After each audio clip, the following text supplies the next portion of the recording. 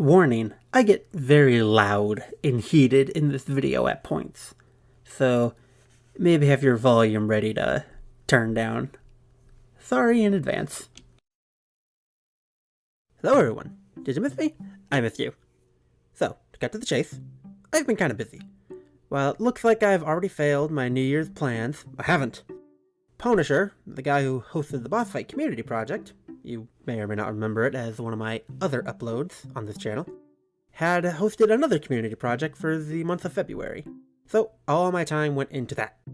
I didn't want to upload it until the results of the project were finally out, but now that they are, as time of recording this, my submission should hopefully be released onto the channel beforehand, as long as I've done my job correctly. March's video is the one that you're currently watching right now, so rejoice! I'm trying a new style of video, so let's hope it goes well. I don't know a lot about video editing, so this will be quite fun. I want to talk about my staircase project for this first sort of new style of video, and some of the fun things that went into making it. I won't talk about every little detail, I'd probably bore you to death, but I want to talk about the parts that are important. So, without further delay, we'll start with the first thing, showing a rendering rant. I'm interrupting myself, we're doing a rendering rant first, because iterations can be dealt with later. I need to complain about this, because this drove me nuts. So, when it comes to rendering, that's usually the last step you need to deal with when it comes to the project file itself. You have your scene, you have your model, you have the animation stuff, you should probably have the camera already in there, but rendering takes what the camera sees, outputs it into either a video, an image, whatever. But when it comes to rendering, there are a few different ways to do that. It all depends on the render engine. Words, I'm already losing it. Rendering for Blender usually takes place in two different engines, the Cycles engine and the Eevee engine. Cycles is what we used for the staircase project. It's what makes all the nice shadows, all the nice lighting effects. Looks very nice. Problem, it takes forever. A single render of my entire project, when I first started, would take about 8 hours.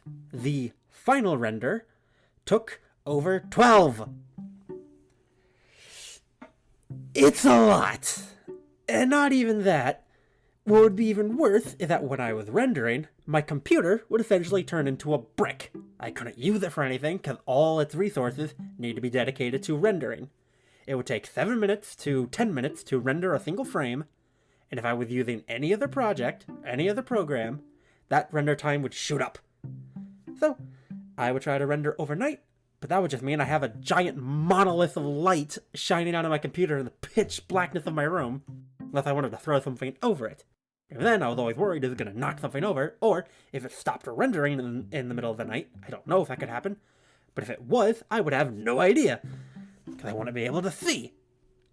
Okay, rant over. Now we can move on to discussing iterations. So, iterations.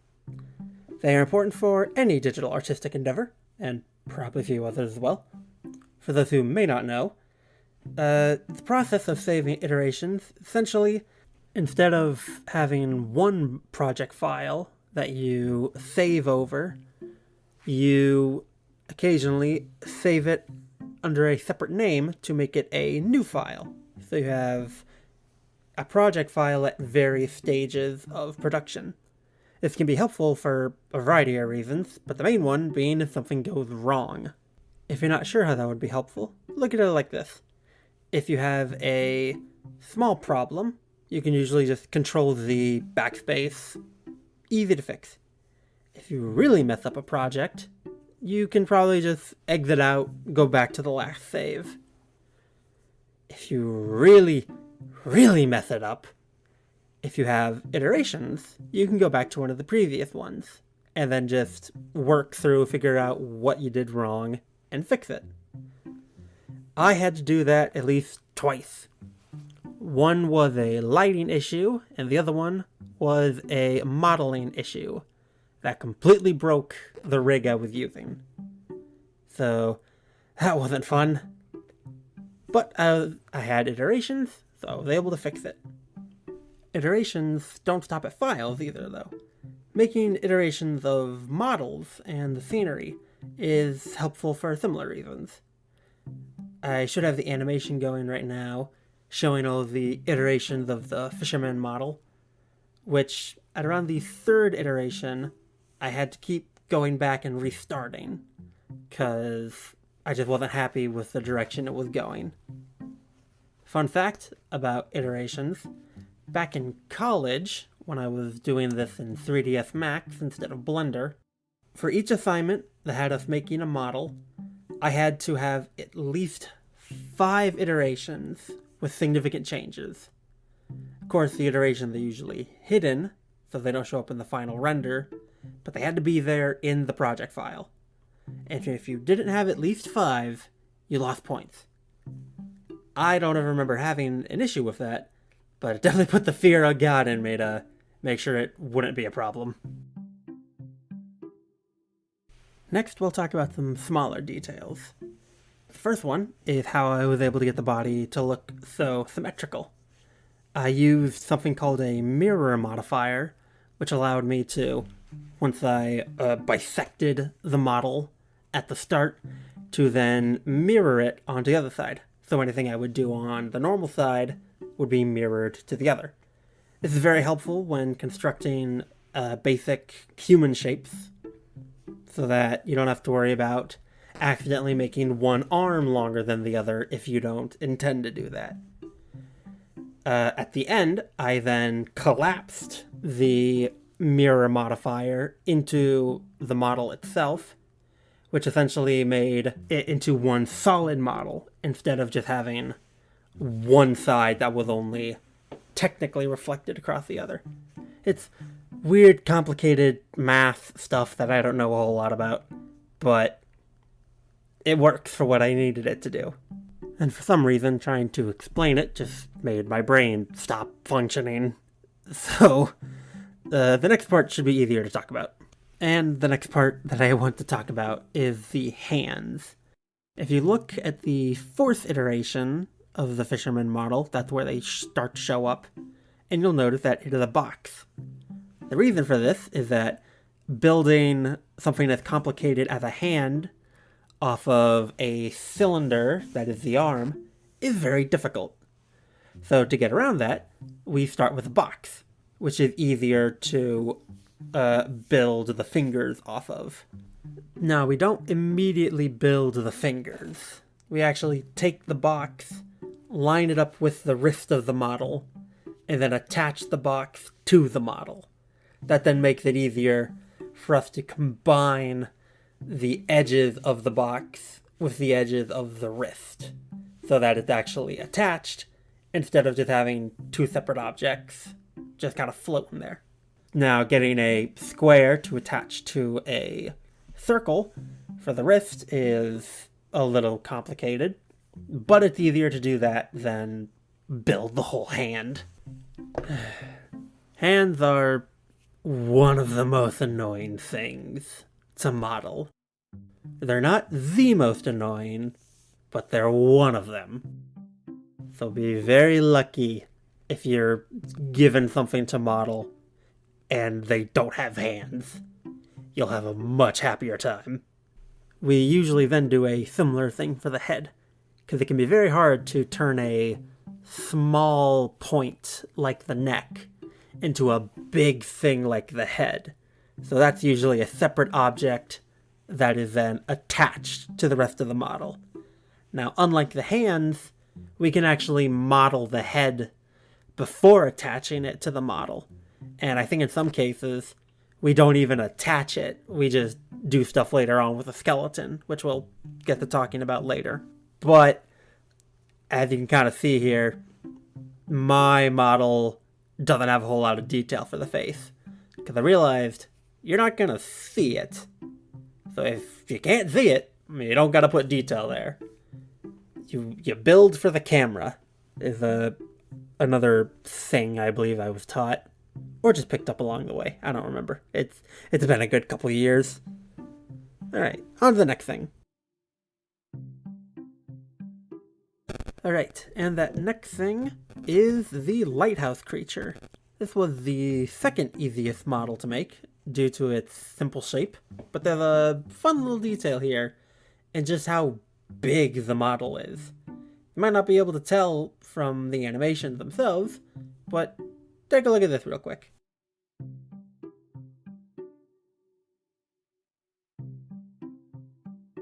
Look at that.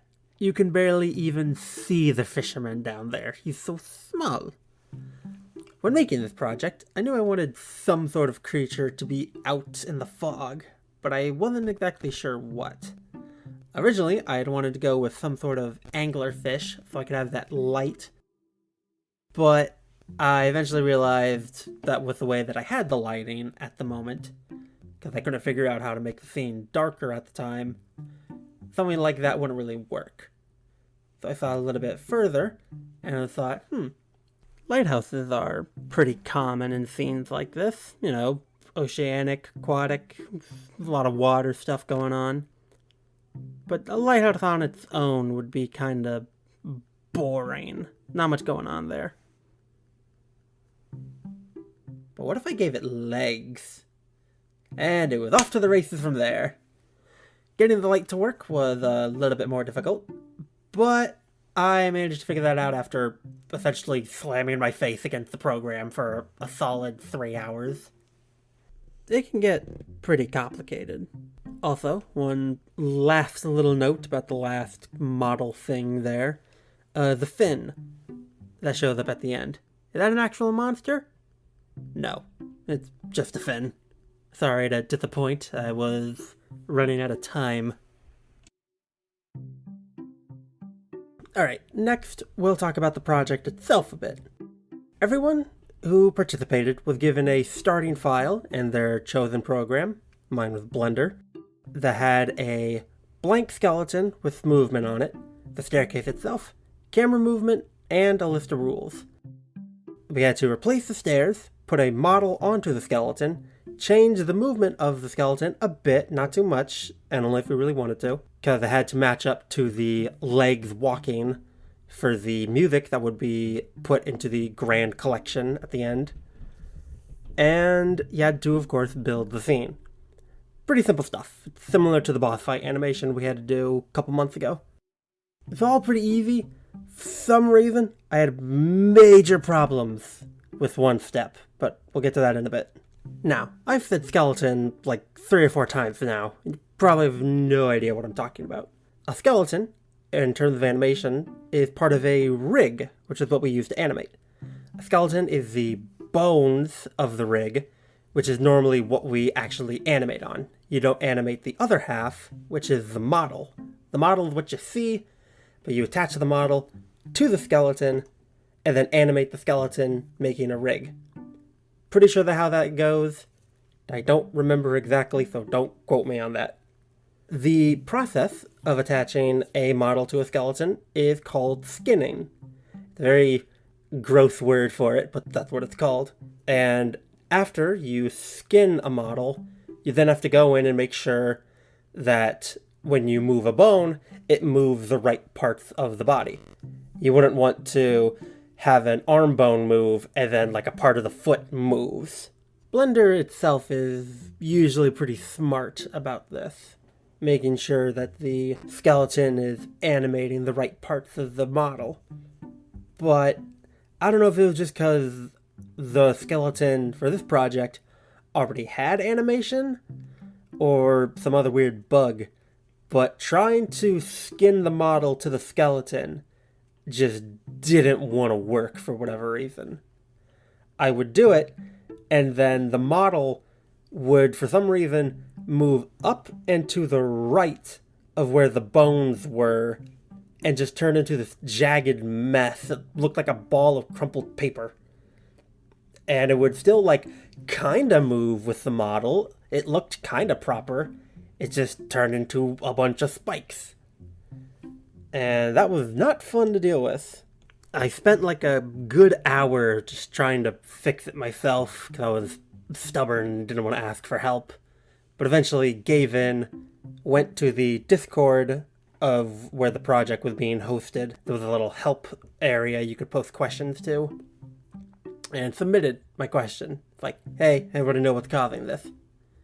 Somebody asked for some more info, so I went back into the project, opened it, tried to skin it again, worked just fine. I don't know what I did, but apparently holding a metaphorical hammer over the issue with a very threatening intent managed to fix it. So, success? I guess? Alright, final thing I wanted to show off today was a render that I wound up not going with at the end of it. After I added the fin to the scene, I was very curious if I could actually manage to go back and make the scene darker like I had originally intended. It took some tinkering, and I eventually had to put the whole scene in a box, but eventually I was able to get it to be as dark as I wanted it to be. But then I had to go through and do a bunch of other stuff. I had to adjust the lights, reposition some of the lights. I had to do a whole bunch of tinkering to make sure it looked the way I wanted it to. And then when I was done, I rendered it again. Had to wait another 13 hours for it to finish. And then when it was done, I took a look at it. And it should be on screen now.